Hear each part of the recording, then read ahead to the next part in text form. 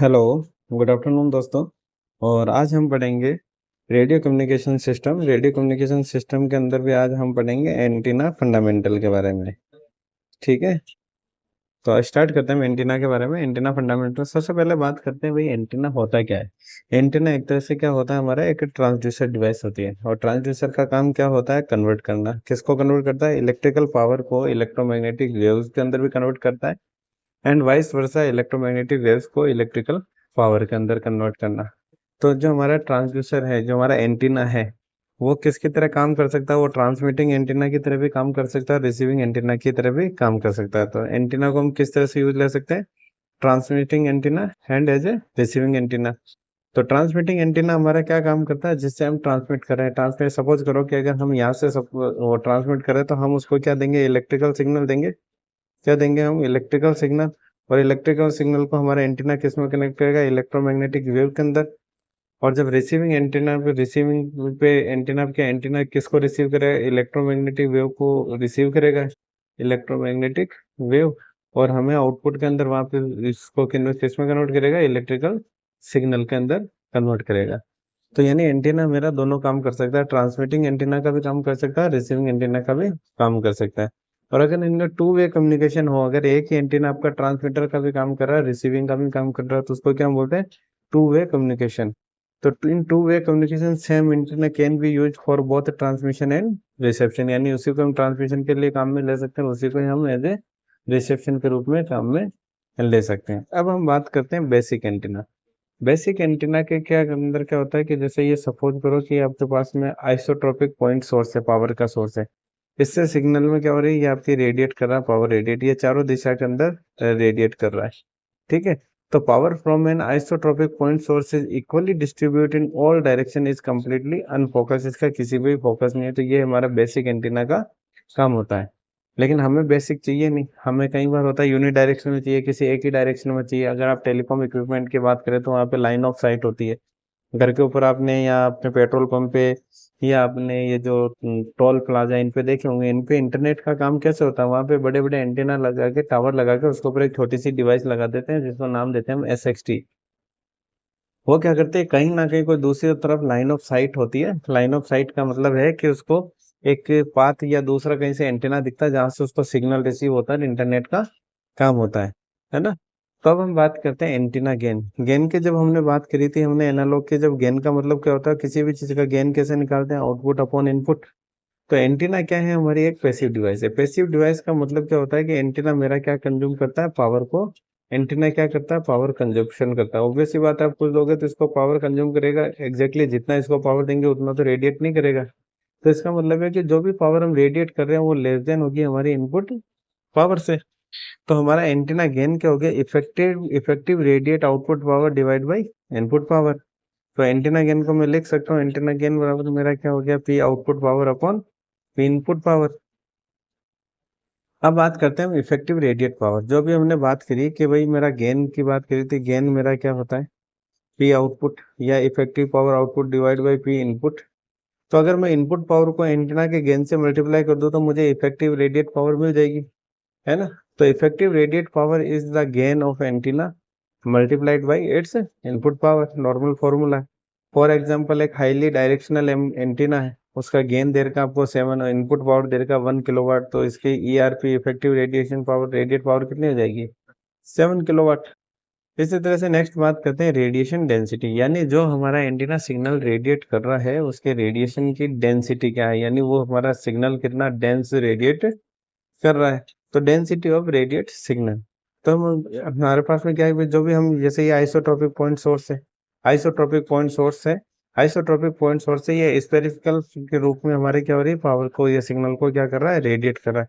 तो जिस एरिया में रेडिएट कर रहा है उसका एरिया तो हो गया 4 पाई स्क्वायर, और जो हमने इसको पावर प्रोवाइड करी ट्रांसमिशन के लिए वो हो गई हमारी PS। तो जो हमारी रेडिएशन डेंसिटी है वो हो जाएगी PS अपॉन 4 पाई R स्क्वायर में। PS तो हो गया ट्रांसमिटिंग पावर, और 4 पाई R स्क्वायर हो गया हमारा स्पेरिकल का एरिया, जहाँ R हो गई इसकी रेडियस।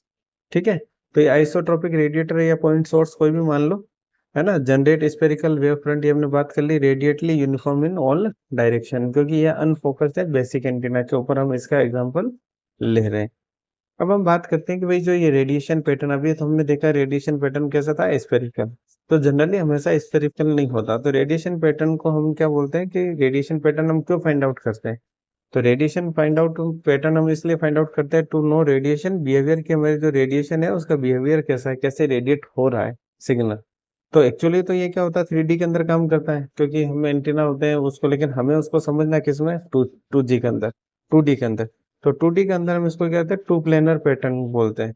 तो टू प्लेनर पैटर्न क्या होता है, प्रिंसिपल प्लेन पैटर्न, इसको हम बोलते हैं 2D के अंदर प्रिंसिपल प्लेन पैटर्न, जिसके अंदर दो प्लेन होते हैं, एक होता है ई प्लेन, एक होता है एच प्लेन। एच प्लेन का मतलब जानते हो, हॉरिजेंटल प्लेन।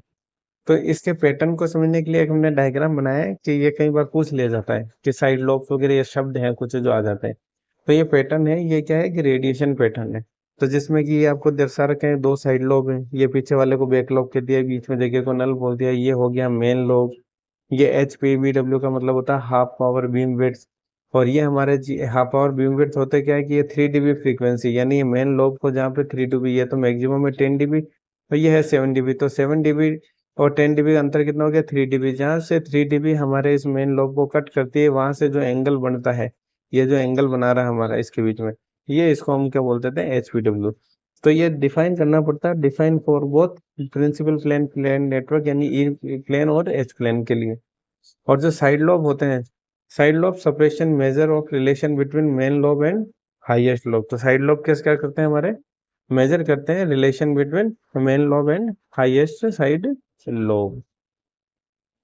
अब हम बात करते हैं डायरेक्टिविटी। डायरेक्टिविटी का मतलब, डायरेक्टिविटी क्या होता है, एक तरह से ये रेडिएशन की इंटेंसिटी मेजर, जो इंटेंसिटी है, कि एक तो जब हमने नॉर्मली वे में पावर, और एक हमारे एक आइडियल पावर के बीच में, कि भाई सिग्नल कितना रेडिएट हो रहा है।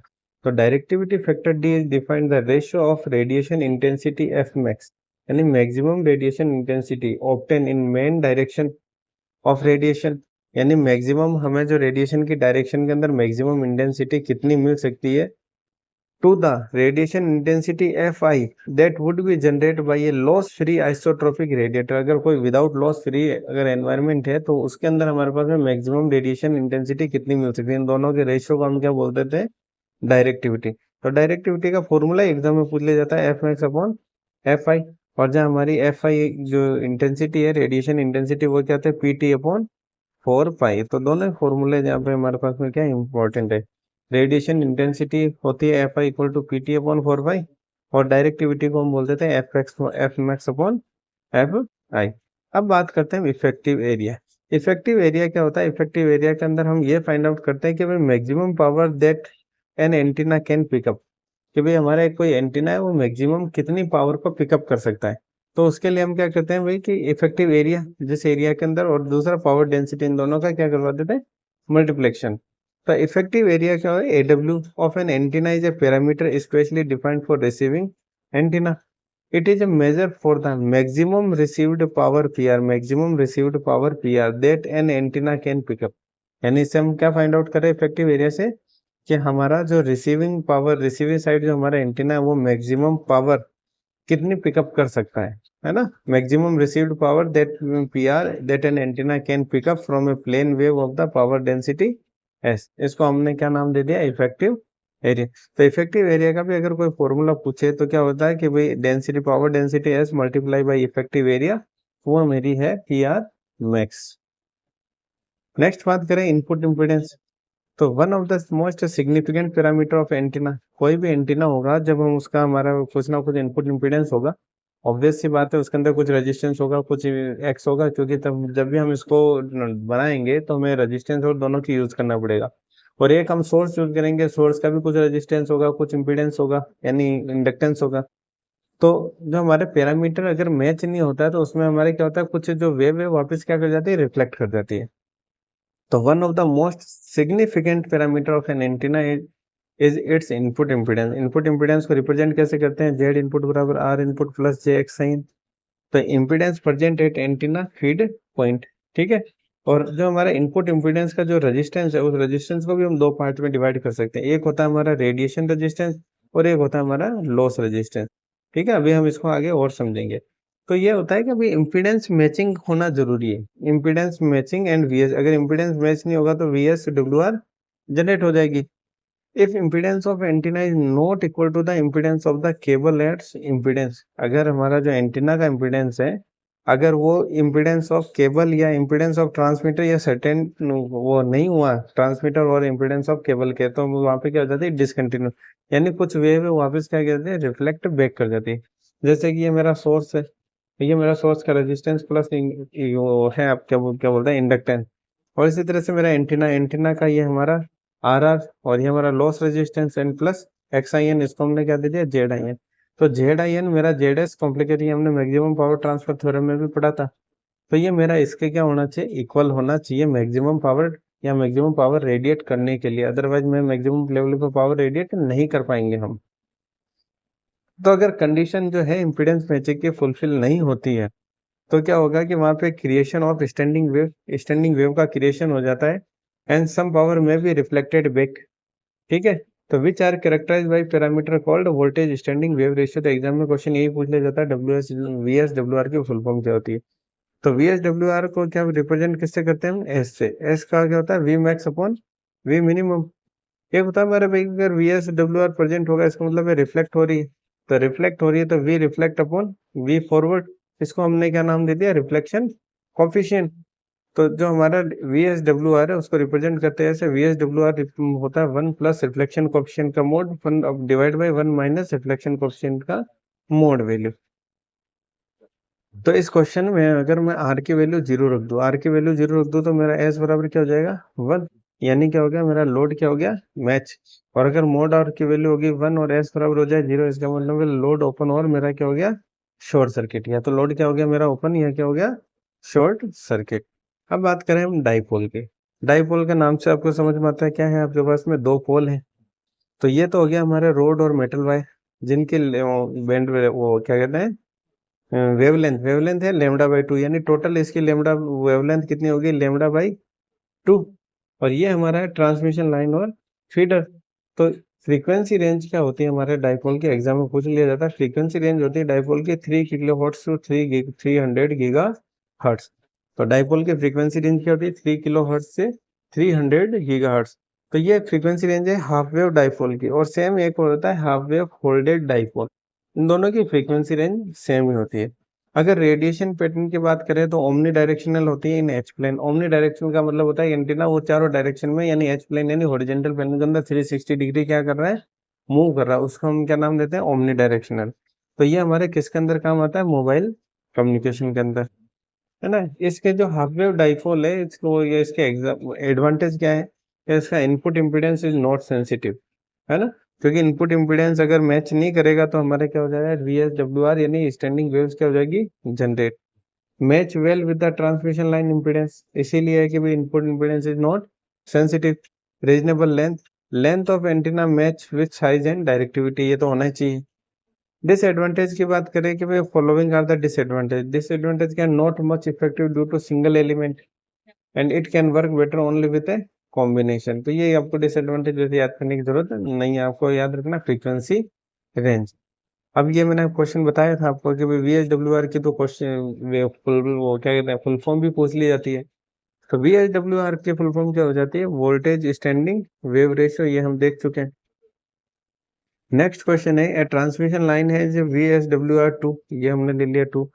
The reflection coefficient is. तो रिफ्लेक्शन कोफिशिएंट क्या था, रिफ्लेक्शन कोफिशिएंट कैसे फाइंड आउट करते हैं, 1 प्लस रिफ्लेक्शन कोफिशिएंट का mode divide by 1 minus mode of reflection coefficient. तो ये की वैल्यू होगी 2, ये हो गया 1 प्लस, इसको हम जब सॉल्व करेंगे तो आर की वैल्यू कितनी आ जाएगी मेरे पास में, 1/3। आप सोल्व करके देख सकते हैं, ठीक है। Gain of A microwave antenna measured, gain हमेशा किसके अंदर मेजर करते हैं, डीबी के अंदर करते हैं। वॉट में होता है पावर, जूल भी होता है हमारे एनर्जी, परसेंटेज में percentage. The interesting impedance of A free space, next question, the interesting impedance of A free space वो हमारा कितना होता है, ये आपको याद रखना है, कितना होता है, 377 ohm. Antenna at receiver end, antenna हमने बात करी थी भाई, रिसीविंग एंड पे एंटीना क्या करेगा, किसको कन्वर्ट करेगा, RF सिग्नल को रिसीव करेगा और उसको कन्वर्ट किसमें करेगा, इलेक्ट्रिकल के अंदर। तो RF signal received and converted to electrical oscillation, ठीक है। The reception generally employed for reception of local television signal, the reception generally employed for reception of local television signal. ये हमने अभी हाफ वेव डाइपोल पढ़ा। हमने बाकी antenna नहीं पढ़े, लेकिन इसका आंसर क्या है, Yagi antenna. Reception generally employed for reception of local television signal, लीजिए वो क्या है हमारा, यागी एंटीना। ठीक है, तो आज के लिए ये इतना ही। नेक्स्ट चैप्टर में हम इसके रेडियो कम्युनिकेशन नहीं लेंगे, और उसके आगे के टॉपिक जो माइक्रोवेव है वगैरह वो चीज़ें हम इसके अंदर पढ़ेंगे।